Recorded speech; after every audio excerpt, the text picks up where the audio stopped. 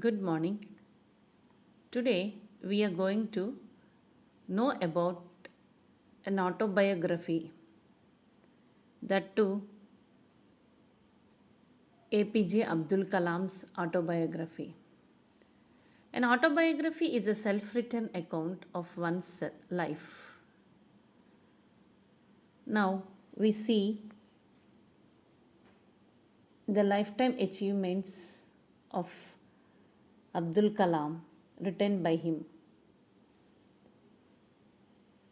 The book Wings of Fire is an autobiography of Dr. APJ Abdul Kalam. The first introductory part, how the strong roots has sown. I was born into a middle class Tamil family in the island town of Rameswaram.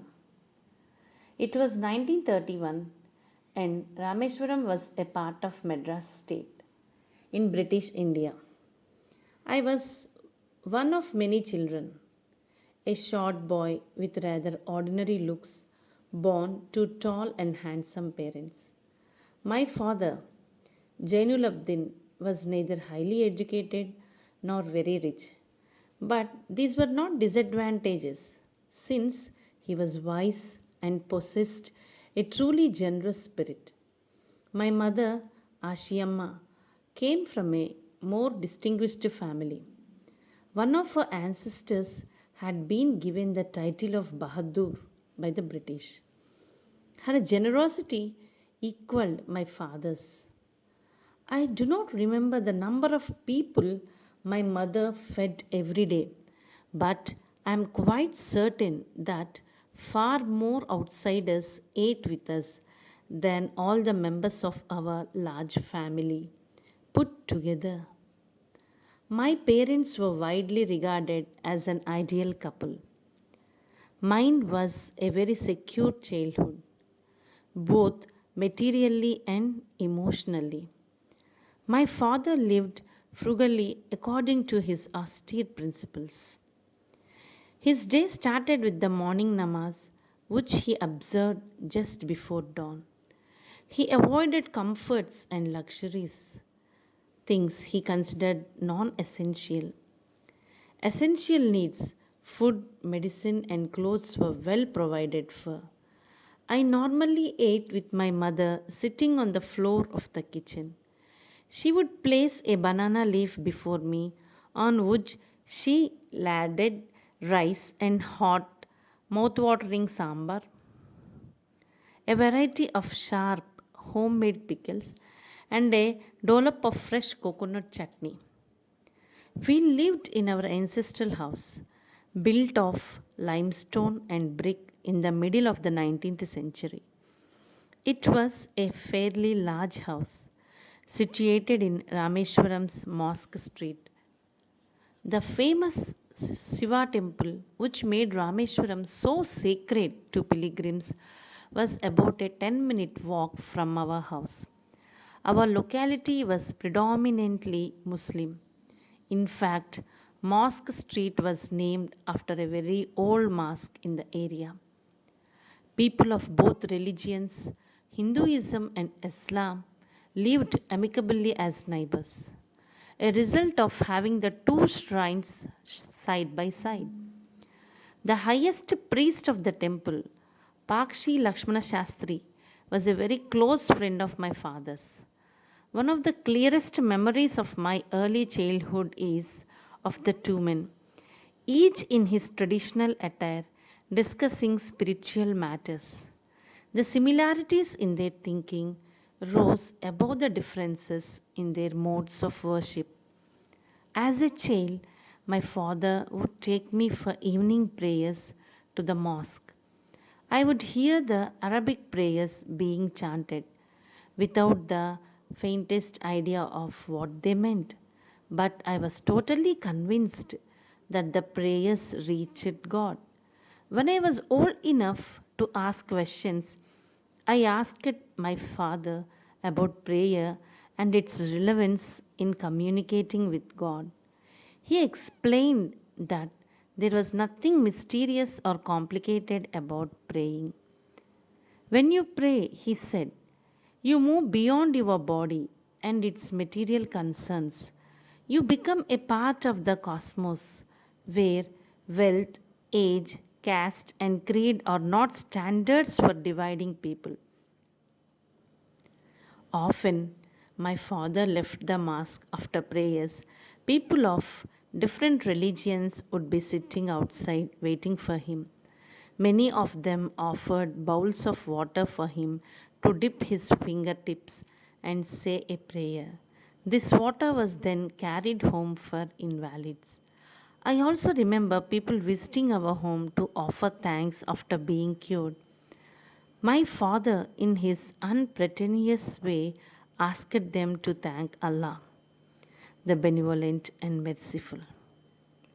My father was able to express complex spiritual concepts in such simple Tamil that even a child like me could understand them. He once told me that every human being in his or her own time, place, and situation, be it good or bad, becomes a part of the divine being that we call God.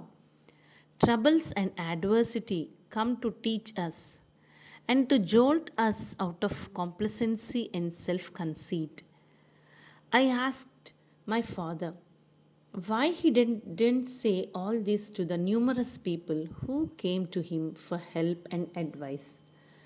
He was silent for a while, as if trying to assess how much I was capable of understanding.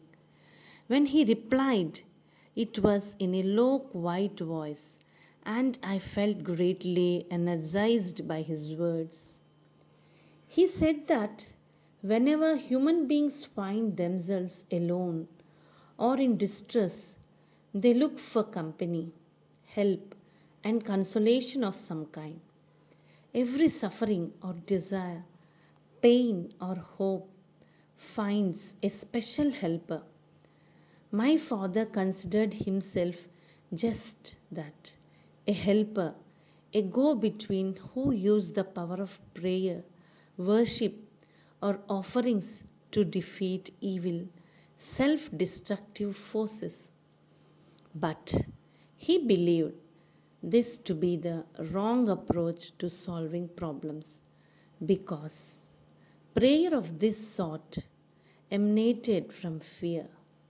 He believed that one's destiny should be a vision born out of true knowledge of the self, and that fear often prevents one's hopes from being fulfilled. I knew as I heard him that I was lucky to be the person to whom he explained all this.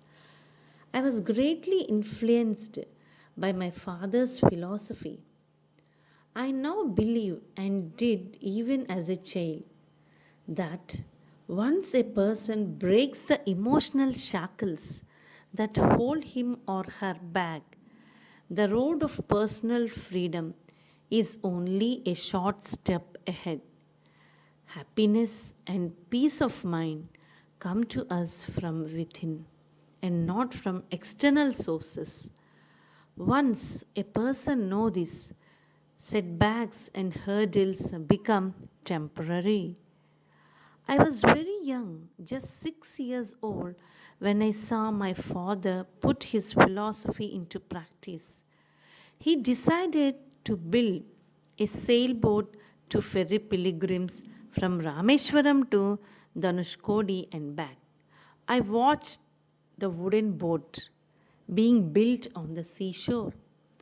Timber was seasoned over wood fires to make the hull and the bulkheads. It was fascinating to watch the boat take shape. When the boat was ready, my father started a brisk business. Some time later, a severe cyclone struck the Rameshwaram coast. Our boat was wrecked in the strong winds. My father bore his loss with composure. In fact, he was more concerned about a greater tragedy caused by the gale. The Pamban Bridge had collapsed during the cyclonic storm when a train full of passengers was crossing over it. I learnt from both my father's attitude and the actual disaster. Till then, I had only experienced the beauty of the sea. Now its force and uncontrollable energy stood revealed. In the next video, we go on with his early influences. Thank you for listening this video.